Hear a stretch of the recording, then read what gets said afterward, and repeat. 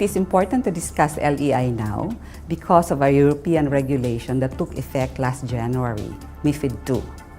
MiFID II requires, among others, the use of LEIs in all financial transactions with a counterparty in Europe or in any of the European markets.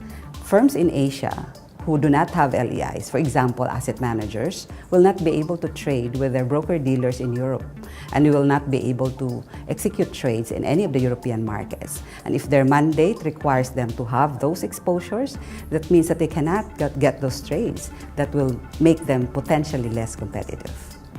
The impact of LEIs goes beyond the immediate market participants, being the buy side and the sell side. It also impacts corporations, and it doesn't matter where the entity is located, for as long as they trade into Europe or they trade with a European counterparty, they need an LEI.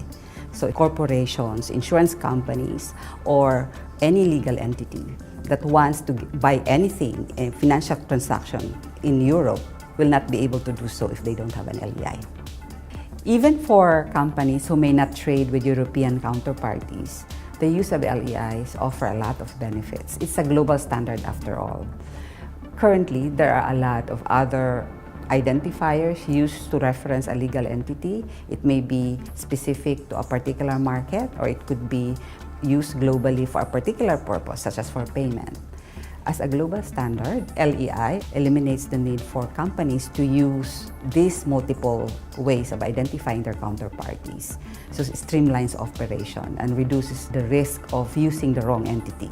LEIs were first conceived to enable regulators to track transactions of financial institutions across multiple jurisdictions and therefore monitor their exposures and risks. But it has gone beyond the regulatory purpose. Now it's become more operational in nature because entities are recognizing that as a global standard, it actually allows financial institutions to trade cross-border with a single identifier, and therefore being able to identify their counterparties using that single identifier in lieu of multiple identifiers that are currently in use.